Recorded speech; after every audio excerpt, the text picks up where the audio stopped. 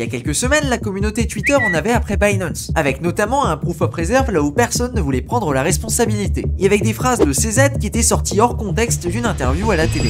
Aujourd'hui, c'est au tour de Huobi, le quatrième plus gros échange d'après CoinGecko, de faire face aux nombreuses rumeurs qu'il y a sur Twitter. Pour rappel, l'échange Huobi Global a été racheté par Justinson. Cet événement-là, il a eu lieu l'année dernière, en octobre. Petit rappel sur le personnage de Justinson, c'est un entrepreneur et businessman milliardaire. Il est le fondateur de la blockchain Tron, et c'est un représentant permanent de l'île de la Grenade à l'Organisation du Commerce Mondial. Alors si tu sais pas où c'est l'île de la Grenade, parce que je ne savais pas non plus, eh bien je te l'affiche à l'écran. Voilà, c'est là perdu quelque part au milieu des Caraïbes. Le bonhomme est connu pour être un poil excentrique, et il est très actif sur Twitter. Il a d'ailleurs pour photo de profil une image d'un Bored Ape Yacht Club customisé. Bon alors qu'est-ce qui se passe avec Huobi et ce bonhomme? C'est quoi l'histoire? Eh bien ça a commencé par des petits comptes Twitter qui ont dit que les réseaux de communication internes à l'entreprise ont totalement été bloqués. Là, il faut penser les groupes sur Slack par exemple. Et cette information-là, elle est tombée peu après que la boîte, du coup Huobi Global, ait décidé de proposer aux employés d'être payés en USDC/USDT à la place de fiat. On cumule à ça certains objectifs pour venir virer une partie des employés et réduire les effectifs, et on termine avec la même histoire que ce qui s'est passé avec Binance, des doutes sur le fameux Proof of Reserve,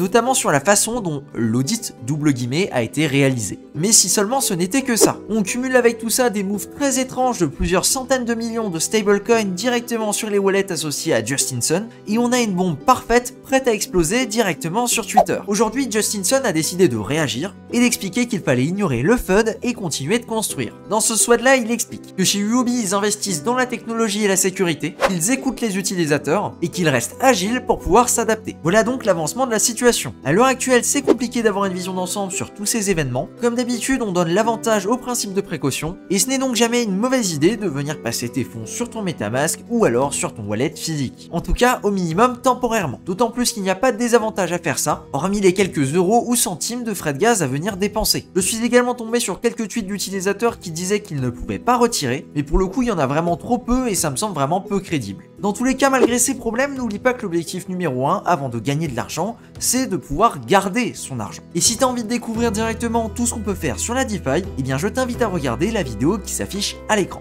Merci de ton attention, c'était Cryptomage. A plus pour une prochaine vidéo. Ciao!